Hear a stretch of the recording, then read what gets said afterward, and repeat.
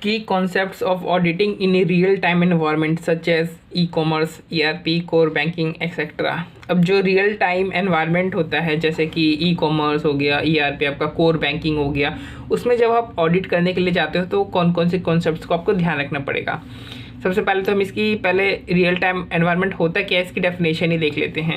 A real time environment is a type of automated environment in which business operations and transactions are initiated, processed and recorded immediately as they happen without delay. अभी आपने देखा था कि और जो automated environment होता है वो एक कंप्यूटर बेस्ड सिस्टम होता है, वो driven by computer based system होता है। तो उसमें भी एक प्रकार आता है, एक जाति आती है जिसे हम कहते हैं, मतलब जो ऑटोमेटेड एनवायरनमेंट होता है उसकी एक जाति है, एक प्रकार है जिसे हम कहते हैं रियल टाइम एनवायरनमेंट। ठीक है, उसमें क्या होता है, जो ऑपरेशंस और जो ट्रांजैक्शंस होते हैं ना, जैसे आप इनिशिएट करते हो वैसे ही वो प्रोसेस्ड और रिकॉर्ड हो जाते हैं इमीडिएटली।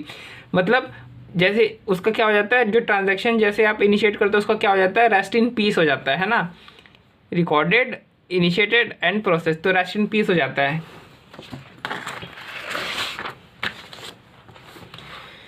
फिर अब एग्जांपल भी दे देते हैं। अभी आपने देखा रियल टाइम एनवायरनमेंट का एग्जांपल हमने बताया था आपको, ERP, core banking, e commerce. हाँ, तो कोर बैंकिंग का एक एग्जांपल देख लेते हैं कि जो बैंक जो कोर बैंकिंग सिस्टम यूज़ करती है, अगर उसका कस्टमर ATM में जा कर के अगर पैसा विड्रॉ करता है और उसी समय जो अपडेशन नहीं होती है कस्टमर के अकाउंट में, जैसे मान लीजिए कस्टमर अकाउंट में 10,000 थे, उसने 10,000 रुपये निकाल लिए, लेकिन 5 मिनट बाद 10 मिनट बाद अगर कस्टमर का अकाउंट अपडेट होता है तो वो 10,000 निकालने के बाद दोबारा से 10,000 निकाल सकता है। मतलब रिस्क है कि कस्टमर दोबारा से इनिशिएट करेगा अनदर ट्रांजैक्शन, और जो कि जैसे अनदर ट्रांजैक्शन करेगा तो क्या होगा, वो ट्रांजैक्शन प्रोसेस हो जाएगा और वो अपना जो उसका जो लिमिट है एक अकाउंट में उससे ज़्यादा विड्रॉ कर लेगा।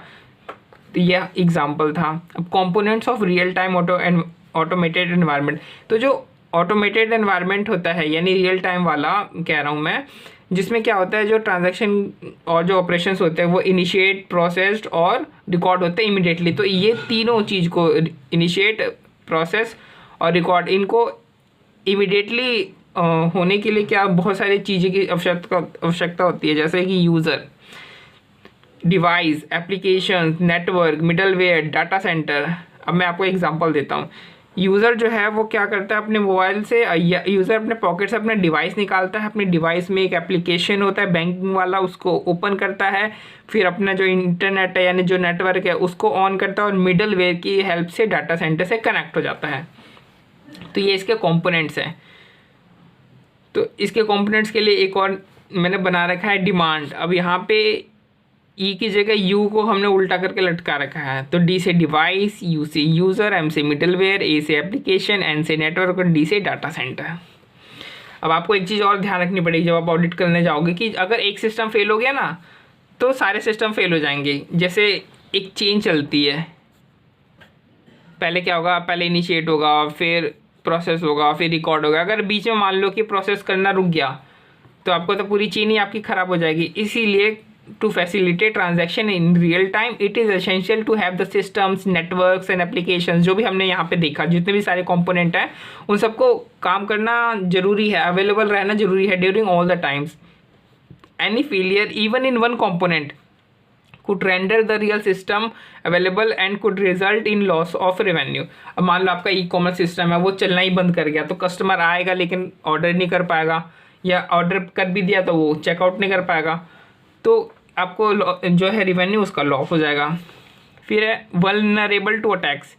अब जितने जो ये जो रियल टाइम एनवायरनमेंट जो भी होते हैं ना, इसमें जो रियल टाइम जितने भी सिस्टम एनवायरनमेंट होते हैं ये मोस्टली क्या होते हैं, एक्सेसिबल होते हैं थ्रू पब्लिक डोमेन और इंटरनेट से। जैसे कि आप गूगल से इन सबको एक्सेस कर सकते हो, जैसे फ्लिपकार्ट है, अमेजन, इन सबको क्या कर सकते हो आप गूगल से एक्सेस कर सकते हो।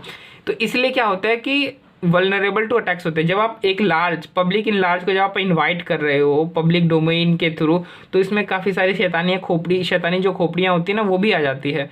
तो ये क्या करेगी, आपके ऊपर, आपकी वेबसाइट के ऊपर अटैक करेगी, उसको हैक करने की कोशिश करेगी, उसको डाउन कर देगी। तो काफ़ी सारे तो जो आपके जो इतने भी रियल टाइम एनवायरनमेंट वाले और जो सिस्टम होते हैं वो वल्नरेबल टू अटैक्स होते हैं, नेटवर्क एंड साइबर अटैक्स होते हैं। अब देखो जो नेटवर्क अटैक्स होते हैं वो छोटे अटैक्स होते हैं, इसलिए उसे हम डिनायल ऑफ सर्विस बोलते हैं।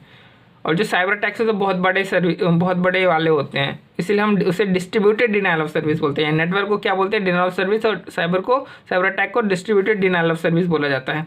इसलिए कंपनी के लिए बहुत ही ज़्यादा क्रिटिकल है कि कंपनी अपने जितने भी आईटी कंपोनेंट्स हैं उनको मॉनिटर करे, और अगर उसे इस तरीके का कोई अटैक दिख रहा है, कोई इश्यूज या फेलियर दिख रहे हैं, तो उसको आइडेंटिफाई तुरंत करे और तुरंत के तुरंत रिजॉल्व करे।